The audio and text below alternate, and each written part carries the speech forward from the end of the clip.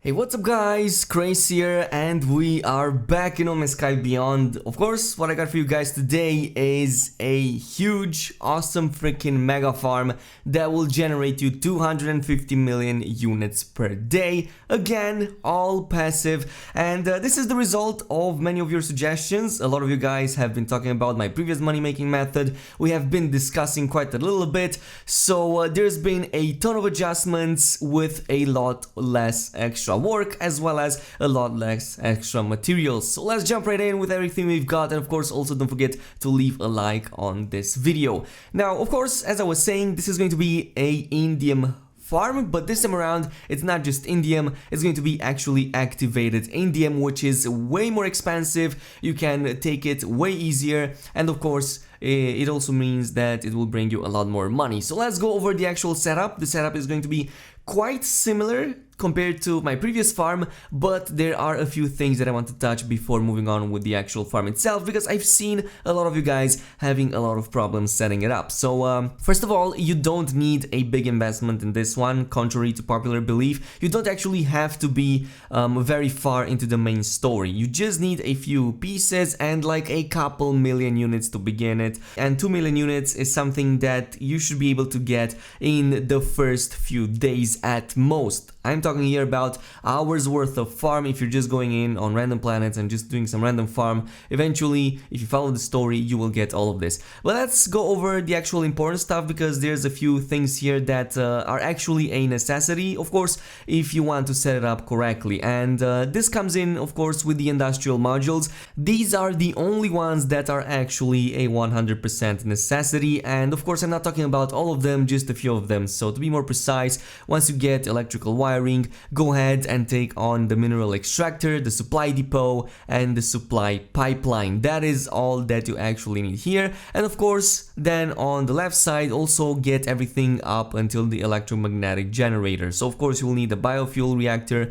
solar panels, batteries, and finally the EM generator. Everything else is pretty much at your discretion. If you want to get base elements like walls and all of that, go ahead and do that. But as you can see, I'm in the beginning of the game here, so I didn't get that many things. This is what the base mission has given me once I reached that point. Also, I would highly suggest to unlock the base module. I believe there is even a mission for this one right in the beginning, and then further upgrade that into the short range teleporter. This is just something that I like having. You don't really need to have these. Everything else from here on is pretty much as you want it to be. Now let's move on and see exactly what has changed into our new farm. So of course we are going to farm everything in blue systems, except this time around we're not going to be searching for indium planets. We're going to be searching for planets that indicate activated indium under their description. The reason for that is because activated indium, as the name might imply, sells for way more compared to just regular old indium. And I'm not sure how I skipped this one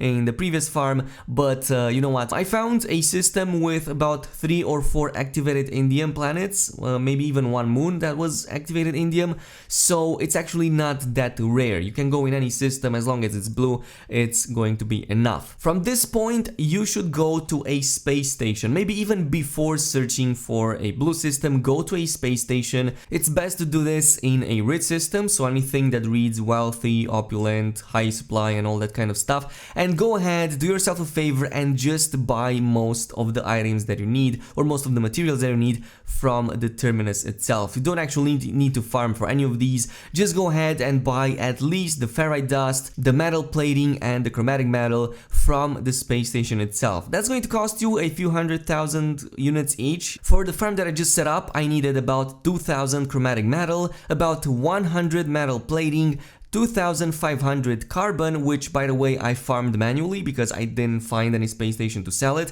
That is about 10 minutes of farm, and otherwise there's not much else you need, just like 50 platinum for the short range teleporters, and otherwise a ton of ferrite dust, which again sells for quite a little bit on the space station, so not really that expensive. From here on, again, I was just searching for systems up until I was finally lucky enough to find a moon, actually a moon in a system with other planets that also contained activated indium. So what I did from this point is I just went down on this moon, which also happened to be like pretty much annoying as hell because it had super critical storms. But yeah, from here on, you know what it is. You have to search for hotspots. And this is why I said that only the setup is hard. The actual farming is really easy because the setup can become a little bit tedious. So I've recorded all this footage and sped it up, and from what it seems, it took me about 30 minutes to find 2 proper hotspots. And what you actually need to find first is the deep level mining deposit. If you find an A class, it's going to be enough, but if you find an S class, it's going to be even better, as you're going to generate a ton more units. But again, since this is activated indium, you're looking at about 250 million units per day, even with my method. So of course I went through all of this, went on a planet. Whenever I found too many ugly hotspots, I just took my ship, went on the other side, like 30 seconds in any direction, and then I started doing my search again. And eventually I came across an A-class deep level mineral deposit, which was already something I was lucky with, but about 600 units away, which is what you would normally expect, I also found a C-class electromagnetic deposit. So I pretty much at this point stopped searching for anything because I consider this to be enough. If you get a C-class EM generator deposit, it's going to be plenty enough because it's just a lot of energy that you need. So it's about like 600 to 700 energy that you actually need per hour. So what I did from this point is actually really easy. As you can see, I've found 2 of these hotspots, and they are quite far away from each other, so like 600 units. What I did from this point is I went the exact middle of them, so in the exact middle of each of these spots I set up my base. I made sure it's around 300 units distance from each of them, so I could cover both of these. If it's more than that, you can make do by extending the limits of your base. I've already covered that, and even in this case I've extended them a little bit, but again, try to go for something like this, like 600-700 units at most is something that you'll want to go for. And here is a cool little trick that you need to keep in mind. See that density indication over there that you have? You actually can use that to your advantage. So the density pretty much stays consistent to the maximum of 300 in this case, up to a radius of about 50 to 100 units, which means I can further take advantage of the distance from my base to these hotspots. What I did is I just went a little bit closer to my base from this hotspot up until I saw the density starting going down, to the point that I stopped going any further and just went a little bit back, so I can set up the base somewhere around here and still be closer to my base. So from this point what I did is I just picked some wood floor panels and I started putting it down so I can make this entire area leveled. I just leveled up the area, and this is like a cool, neat little trick that you can use in order to level up the terrain in case it's bumpy, in case it's not straight. And what I started doing from this point is I started putting down a shack in case the storm would damage me. From this point I just started placing down the extractors, closer of course to the point of origin of the actual deposit. So I just placed like 10 of these at first, really easy, and you can actually do it in a really nice straight line if you use your floating camera. From here on what I did is I just connected all of them with a supply pipe,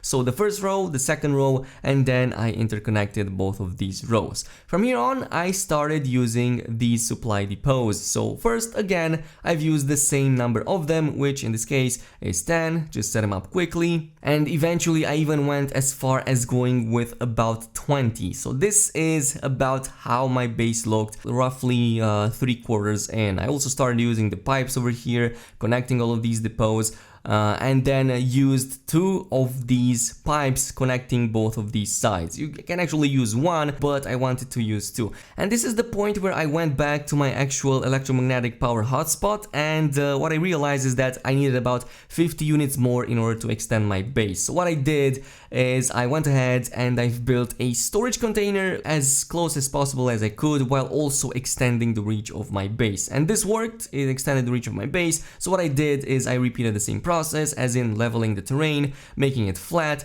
and then I also used a little bit of my mining tool in order to clear out any of the remaining terrain that was left floating around. From this point what I did is I set up about 8 EM generators. Eventually I will scrap 2 of them and only 6 will be left. But from this point what I did is, of course, I set up the first teleporter, and from that point on I had to pretty much pull all the cable wiring from this place all the way back 600 units to my actual farm or refinery, call it whatever you want to. So enter the build camera, take your wires and just pull them. Try to pull them in a straight line as much as possible so you don't have to waste too much time.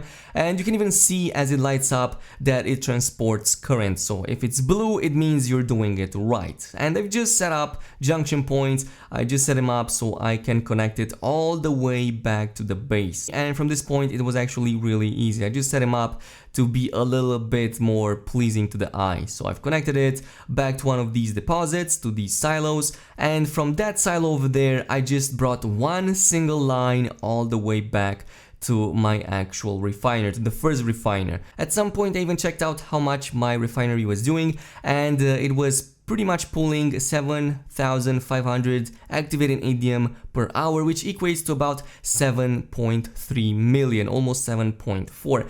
But I was still having enough materials left, so what I did is I built a shack because I kinda needed a command center over here to protect myself from the environment, and that's what I did. And eventually I moved on to also setting up the second teleporter, and because I set up everything properly interconnected, this worked on first try. But from this point I realized that I actually can do more, and I actually have a lot of materials left, especially in terms of chromatic metal. So what I did is that I set up 5 extra mineral extractors, and from this point on I was generating about 11,250 per hour, up to a maximum storage of 23,750. Of course, I need more silos, but unfortunately, I just didn't have enough materials to build more. But this means that almost every 2 hours, I can take about 11 million units. So of course, with the remaining materials that I had very few of, I started just,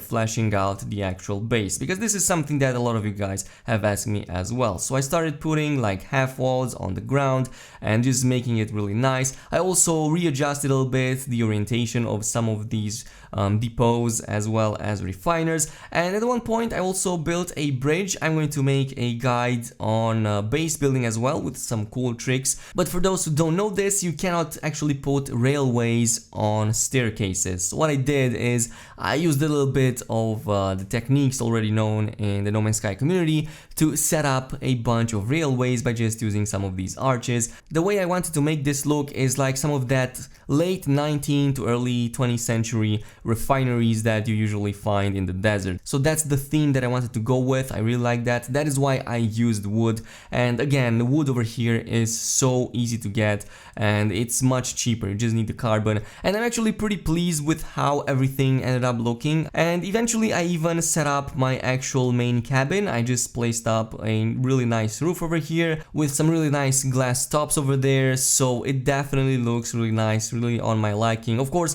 from here on you decide how you want to place everything and how you want to customize it. And eventually, as you can see over here, I even set up the actual power grid to only 6 of these power generators. Again, my entire base, how it is right now, with about 20 of those mineral extractors, requires about 600 to 700 power. So that is exactly what these 6 power generators produce, or almost close to that. I could even set up a few batteries if I wanted to. And yeah, this is my power grid. This has been my base. Tell me what you guys think. I hope you guys enjoyed this video. This has been the 250 million unit farm that I've made. All passive, all beautiful, really nicely organized, 19th to 20th century style pretty much, that I really love.